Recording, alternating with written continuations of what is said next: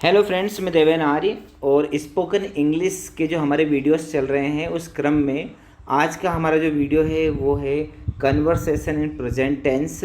और इसका आज जो है 5वां हम वीडियो लेकर आए हैं और इसमें हम स्ट्रक्चर 6 देखने वाले हैं। ठीक है, इस स्ट्रक्चर के माध्यम से हम किस प्रकार के सेंटेंसेस बोल सकते हैं, इंग्लिश को कैसे डेवलप कर सकते हैं, उसके बारे में हम अध्ययन करेंगे। तो इस प्रकार के स्ट्रक्चर में हम अभी प्रेजेंट टाइम में क्या हो रहा है इसकी जानकारी लेते हैं या फिर देते हैं। ठीक है, अभी यानी इसी समय, जस्ट नाउ, इसी टाइम पर कोई क्रिया, कोई एक्टिविटी यदि चल रही है, जैसे कोई खेल रहा है, कोई दौड़ रहा है, कोई पढ़ रहा है, कोई खा रहा है, कोई पी रहा है, इन सारी चीज़ों की एक्टिविटी की जो बात होती है प्रेजेंट टाइम में अभी हाल फिलहाल, उसके लिए हम इस स्ट्रक्चर का इस्तेमाल करते हैं। स्ट्रक्चर क्या है?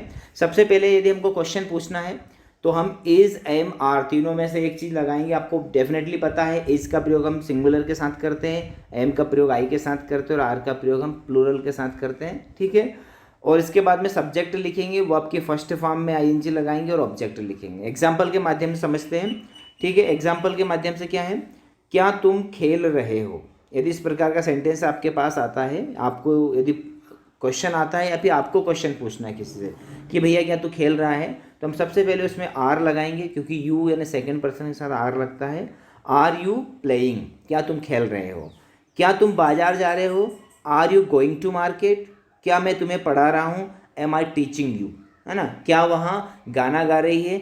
Is she singing a song? इस प्रकार के सेंटेंसेस, है ना, जब भी हम इंग्लिश बोलना चाहते हैं, जब भी हम इंग्लिश शुरू करना चाहते हैं, स्टार्ट करना चाहते हैं, तो 100% व्यक्तियों के मुंह से इसी टेंस के वाक्य निकलते हैं। कैसे निकलते हैं? वो हमेशा जब भी इंग्लिश बोलना चाहते हैं तो आई के साथ हमेशा एम लगाते हैं, है ना। तो आई के साथ जो एम वाली सिचुएशन होती है ना, वो इस टेंस के लिए होती है और आपको इस टेंस में ही उसको बोलना है। आई के साथ एम इसी टेंस के सीक्वेंस में लगाना है जब भी आप प्रेजेंट टाइम की किसी एक्टिविटी की बात कर रहे होते हैं, तो इस प्रकार के सेंटेंसेस हम बोलते हैं। ठीक है, प्रेजेंट टाइम में।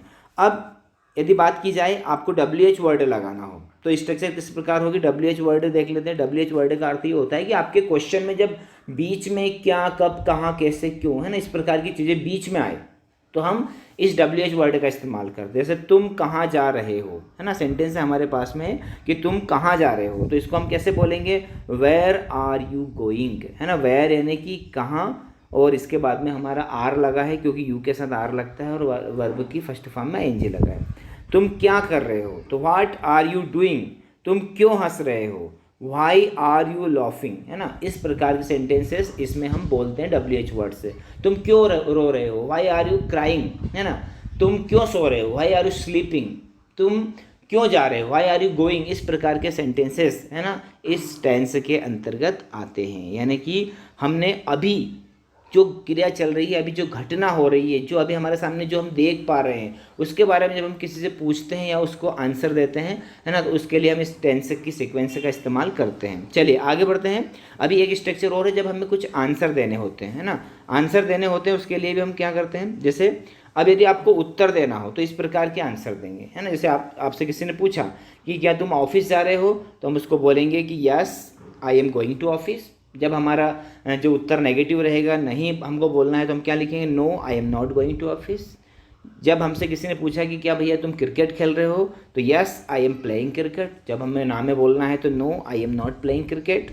Yes I am teaching you English, है ना, और इसका नेगेटिव बनता है no I am not teaching you English. तो इस प्रकार से हम उसको आंसर भी दे सकते हैं, क्वेश्चन भी पूछ सकते हैं। तो हम प्रेजेंट में, है ना, एक प्रैक्टिस टाइप कर रहे हैं, इंग्लिश बोलने की प्रैक्टिस कर रहे हैं, इंग्लिश सीखने की प्रैक्टिस कर रहे हैं कि किस प्रकार से हमको सेंटेंसेस बोलना है यदि हम इंग्लिश बोलना चाहते हैं। छोटे छोटे सेंटेंसेस बोल के आप सामने वाले से क्वेश्चन कर सकते हैं और उसके क्वेश्चन के आंसर आप दे सकते हैं। चलिए आगे बढ़ते हैं।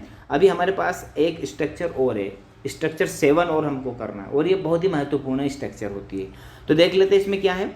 ये स्ट्रक्चर हम कब यूज़ करते हैं? हमने लिखा है कि इस प्रकार के स्ट्रक्चर में हमें सिर्फ सामने वाले से इन्फॉर्मेशन निकालनी है। इन्फॉर्मेशन निकालनी है यानी कि उससे जानकारी लेनी है कि क्या उसने वो काम पूरा कर लिया है या नहीं किया है।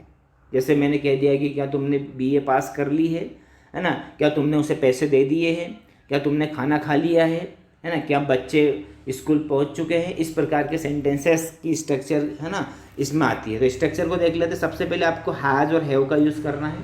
हैज़ सिंगुलर के साथ यूज़ करेंगे, हैव प्लूरल के साथ यूज़ करेंगे।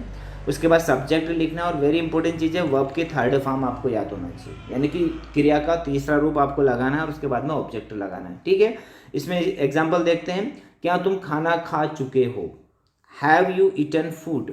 क्या तुम नाश्ता कर चुके हो? Have you taken breakfast? ठीक है, इस प्रकार के सेंटेंसेस हम पूछ सकते हैं। अभी अभी कोई क्रिया पूर्ण हुई है और हमें जानकारी प्राप्त करनी है कि भैया तूने ऐसा किया कि नहीं किया, तो इसके लिए हम इस सीक्वेंस का, इस स्ट्रक्चर का इस्तेमाल करते हैं। क्या वहाँ कपड़े धो चुकी है? Has she washed clothes? क्या तुम कंप्यूटर खरीद चुके हो? Have you purchased computer? ठीक है, इस प्रकार के सेंटेंसेस हमें इसमें बोलने हैं। ठीक है, यदि हमें आंसर देना है तो हम आंसर किस प्रकार देंगे, है ना। जैसे हमने किसी ने क्वेश्चन पूछा कि हैव यू ईटन फूड, तो yes I have eaten food. क्या तुम नाश्ता कर चुके? Have you taken breakfast? Yes I have taken breakfast. क्या वो कपड़े धो चुकी है? Has she washed clothes? तो हम बोलेंगे yes she has washed clothes. ठीक है, ये जो हेल्पिंग वर्ब है ये सब्जेक्ट के सामने आ जाएगी। चलिए, अब एक इंपॉर्टेंट रूल इसमें होता है, उसके बारे में जानकारी कर लेते हैं जो आपको कंफ्यूज भी करता है। क्या होता है कि कई बार हमें पास्ट इंडिफिनिट और इस प्रेजेंट परफेक्ट में जो अंतर मालूम नहीं होता है, तो उसमें एक विशेष अंतर होता है, वो देख लेते हैं। मैंने लिखा है आपके लिए कि इस प्रकार के सेंटेंसेस में एक बात का विशेष ध्यान रखें। किस बात का ध्यान रखें?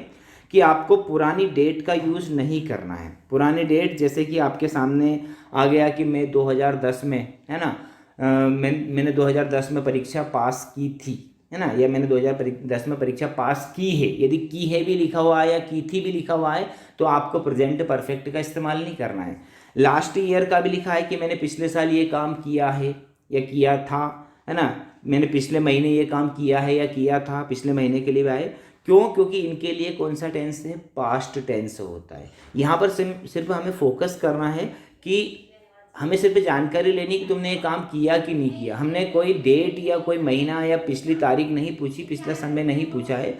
इसलिए विशेष ध्यान रखना आपको, उस वाले सेंटेंसेस पास्ट टेंस में जाते हैं और ये वाले सेंटेंसेस प्रेजेंट परफेक्ट में जाते हैं। इनका विशेष ध्यान रखना आपको।